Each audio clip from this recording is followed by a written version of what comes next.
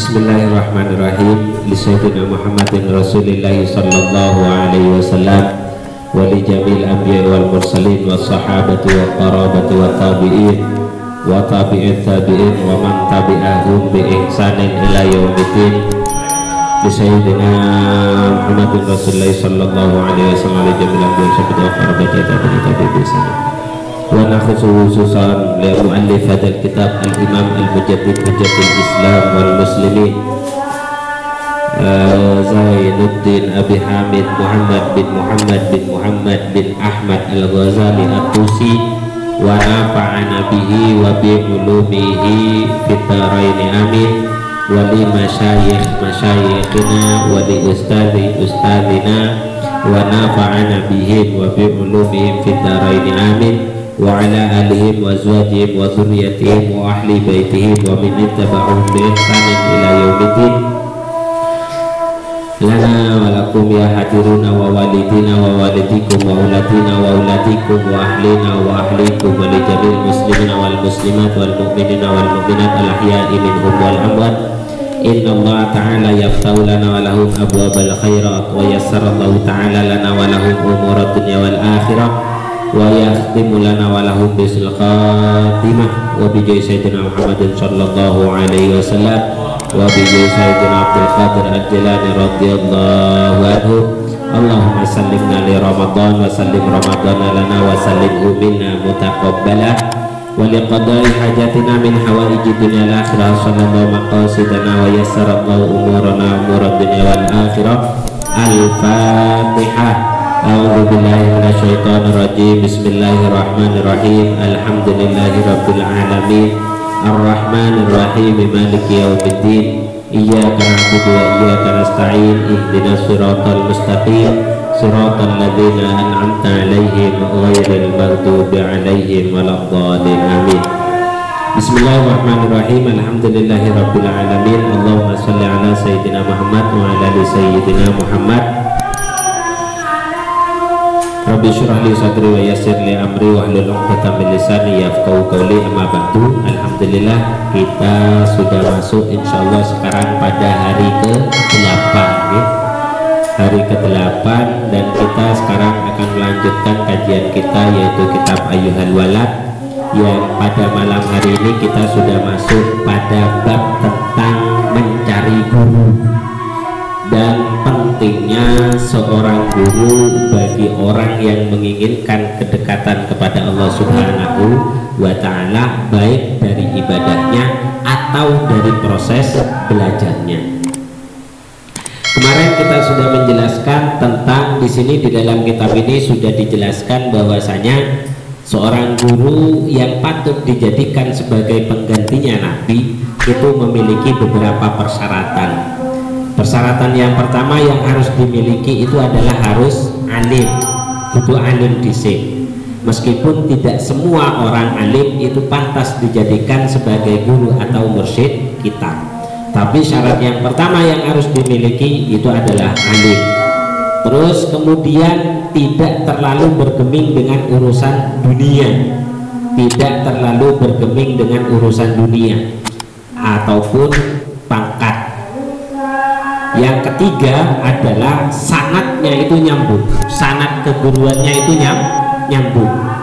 Jadi dari guru satu terus ke gurunya lagi, terus ke gurunya lagi, nyambung sampai Sayyidina Rasulullah Sallallahu Alaihi Wasallam. Yang keempat adalah seorang guru itu yang bisa dijadikan sebagai pengganti dari Rasulullah atau orang yang nanti akan merawat kita secara zahir dan batin, itu adalah mereka yang secara riyadhah dirinya itu bagus, seperti makannya, minumnya, ucapannya, banyaknya melakukan sholat, sedekah dan puasanya itu bisa dilihat baiklah. Itu beberapa persyaratan yang harus kita lihat dari seorang guru yang akan dijadikan oleh kita sebagai pembimbing spiritual, baik secara zahir ataupun batin. Nah, sekarang kita masih akan melanjutkan hal itu. Sekarang kita masih akan melanjutkan hal itu. Nah, untuk koreksi insya Allah kemarin alhamdulillah diberikan kelancaran dan tidak ada yang perlu dikoreksi. Cuman catatannya untuk saya, ini saya lihat tadi dari kitabnya jenengan dan kitab saya, itu ternyata ada beberapa hal yang sepertinya itu tidak sama. Nanti tolong diingatkan ya, misal ada yang tidak sama nanti kita bahas dua-duanya. Redaksi yang ada di dalam kitab jenengan, saya akan bacanya redaksi dari kitab yang saya miliki. Nanti kalau ada yang tidak cocok tolong segera diingatkan, karena beberapa tadi sudah saya lihat kok sepertinya redaksinya tidak sama meskipun maksudnya itu sama. Pun kita mulai. Bismillahirrahmanirrahim. Wa qad qala al-musannifu rahimahumullahu ta'ala wa nafa'ana bihi wa bi ulumihi fid dharaini. Amin amin wa ya mujibas sa'ilin. Wa kana lan ono iku bimutaba'ati syaikhi, tetep kelawan anut maring syekh al-basiri kang duweni peningan ati, jailan utawi wong kang iso ndadekne mahasinal akhlaki ing bagus-baguse akhlak, lahu kedue salik, lahu maring salik utawa kedue salik. Jadi dengan mengikuti seorang guru yang memang sudah memiliki penglihatan hati yang sudah baik, itu sanggup merubah akhlak yang kita miliki menjadi akhlak yang lebih baik. Sirotan haledatur haledati laku, sekaligus akan menjadi perilaku yang baik kepada diri kita.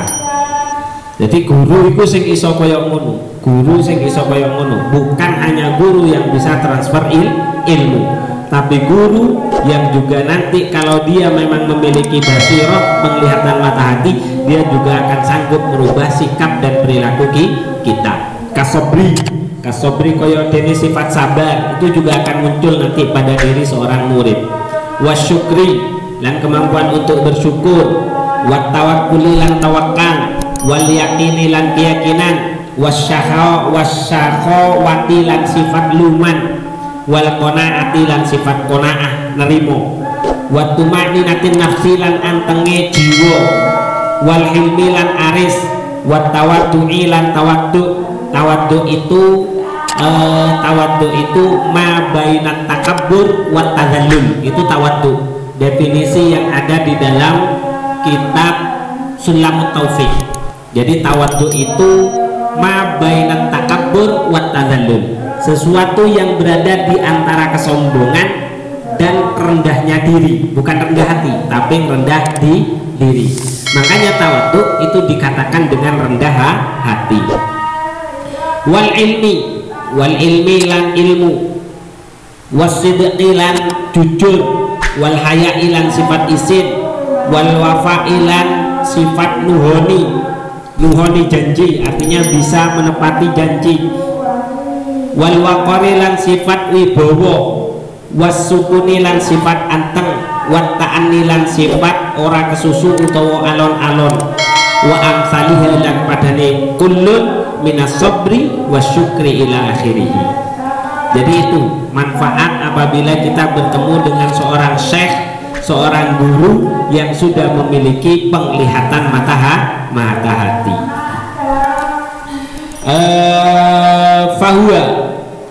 Fahuwa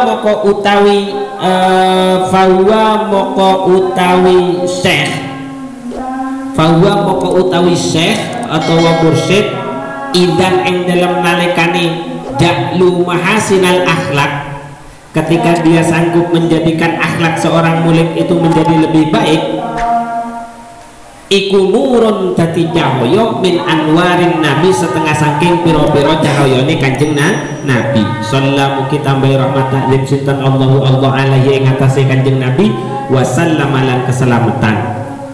Bahwa nurun min anwarin nabi yasluhu kan pantes opo al iktida'u anut bihi kelawan syekh utawa kelawan mursyid. Lakinna wujuda mithli, lakinna wujuda misli tetapi ne anane padane syekh iku nadirun kang jarang, iku nadirun kang ajaran, a'azzu tur kang luwe a'azzu tur kang luwe a'azzu ya, iya betul, a'azzu tur kang luwe mulya, a'azzu tur kang luwe mulya minal kibritil minal kibriti saking belerang, minal kabriti ya. Kalau kibrit itu dari korek, kalau kabrit itu belerang. Minal kabriti saking belerang al ahmari kang abang, minal kabriti saking belerang al ahmari kang abang. Artinya guru yang seperti itu jarang sekali dan sangat mulia sekali. Jarang-jarang ketemu karo guru sing kaya ngono. Dan tidak semua orang bisa ketemu. Hanya beberapa orang saja yang diberi keuntungan dalam kehidupan gitu loh. Cuman kewajiban kita itu tetap harus mencari. Waman utawi sapa wonge, waman utawi sapa wonge iku sa'idathu, iku sa'idathu sa'adathu ya. Sa'adathu utawi kebejane eman iku sa'adatu, iku as-sa'adatu kebejan temenan. Artinya orang yang memang beruntung fawajata moko nemu sapa man saykhon ing guru kama kaya keterangan zakarna kang wis nutur sapa kita ing eman wa qabalahu lan gelem nerimo ing eman sapa as-syaikhu syekh fayambagi wa qabalahu lan gelem nerimo ing eman sapa as-syaikhu syekh. Maka orang yang sangat beruntung, yang memiliki keberuntungan yang baik, maka dia pasti akan ketemu dengan seorang guru yang sesuai dengan kriteria yang sudah saya sebutkan di atas, kata Imam Al-Ghazali. Dan kalau memang beruntung juga, maka dia juga akan diterima sebagai seorang murid. Karena banyak kita bertemu dengan seorang guru yang seperti itu, tapi guru itu kadang tidak siap untuk menerima kita sebagai murid. Makanya sampai detik ini apa yang saya lakukan giate awak ngaji iku pengen diakoni sebagai santri beliau-beliau, pengen diakoni santri Mbah Jazuli, pengen diakoni santri Kiai Hasyim Muzadi, pengen diakoni santri Kiai Haji Ahmad Dahlan Maduri, Kiai Ahmad Subairi Al-Maduri, semua guru-guru saya cuman ingin betul-betul diakui iki loh santri-santriku, pengen diakui seperti itu. Karena kadang iya secara aturan memang kita juga sudah santrinya, cuman pantes enggak awake dhewe iku dadi santrinya. Maka seharusnya seorang santri itu tidak lepas dari pekerjaan yang pernah dilakukan oleh gurunya. Yo ben gak ngisin-ngisine gurune lah. Jadi seperti itu. Kalau kita memiliki kemuliaan atau kita memiliki keberuntungan, insya Allah kita akan bertemu dengan guru yang sudah disebutkan kriterianya oleh Imam Al-Ghazali, dan seorang guru itu mau menerima kita sebagai seorang santri. Karena dengan seperti itu jalinan hati itu akan terus terhubung, sehingga kehidupan kita akan terus terjaga dari pekerjaan-pekerjaan yang tidak pantas untuk kita lakukan. Biasanya ati ngelakoni koyo ngene iku eling, enak, aku kan santri nih, enak, aku kan santri nih, biasanya seperti itu. Nah, kalau sudah ketemu dengan guru yang tadi sudah disebutkan kriterianya, fayang bagi moko sayukyo opo ayah, yang bagi. Iya, fa yang bagi. Di sana tidak ada fa-nya. Udah masalah itu. Kalau tidak ada ya-nya tidak masalah. Kalau fa-nya di sini itu fa litanfis. Fa untuk memperindah. Kayak insya Allah. Terus ditambah fa insya Allah, itu tidak masalah. Fa-nya ditanfis. Fa yang bagi moko sayukyo opo ayah tarimahu. Opo ayah tarimahu yento mulyakno sopo salik ing syekh mulyakno mau zahiran ing dalam tingkah zahire wa batinan lan ing dalam tingkah batine. Kalau sudah ketemu dengan guru yang seperti ini, maka kita harus memuliakan beliau secara zahir ataupun batin. Ora dek ngarepane beliau dikluk-dikluk tapi dek mburi iku grunten. Itu namanya tidak ihtiram zahiran wa batinan. Lelek wis gak ihtiram zahiran wa batinan, maka kita juga tidak akan menerima banyak manfaat dari pertemuan kita dengan seorang guru. Nah, ihtiram zahiran wa batinan, memuliakan secara zahir dan batin. Ini yang akan dibahas. Amal ihtiram, ihtiramuz zahiri. Ihtiramuz zahiri anapun utawi mulyakno secara zahir, fa huwa moko utawi ihtiram iku alla yujadilahu. Itu yang pertama. Alla yujadilahu, yento orang debat sapa murid ing syekh, wala yastagilalan yento ora sibuk sapa murid utawa sapa salik bil ihtijaji kelawan gawe hujjah atau menampilkan dalil ma'ahu ing dalam sertane syekh fi kulli mas'alatin ing dalam saben-saben masalah. Jadi kaya ngono, Pak. Lek anjene ketemu karo guru sing wis kaya ngono, ojo kakean debat. Meneng ae. Lho, guruku kok ngelakoni kaya gini, padahal lek jari Al-Qur'ane jane kok kaya ngene, tapi nyapa kok beliau seperti itu. Itu jangan berdebat dulu. Lek wis ketemu karo guru sing sampean mantepi, jangan berdebat dulu, karena bisa jadi ilmu itu akan ditunjukkan oleh Allah sebelum dengan proses sabarnya sampean menunggu jawaban dari seorang guru. Jadi ojo langsung didebat. Bahkan kalau di dalam kitab Ta'limul Muta'allim, bertanyanya kita kepada seorang guru itu harus memastikan kita tahu kondisi guru itu pantas atau siap untuk menerima pertanyaan atau tidak. Makanya lek gak dipersilahkan teko, ya ojo teko. Lek wis ketemu karo guru sing mantep kaya ngono.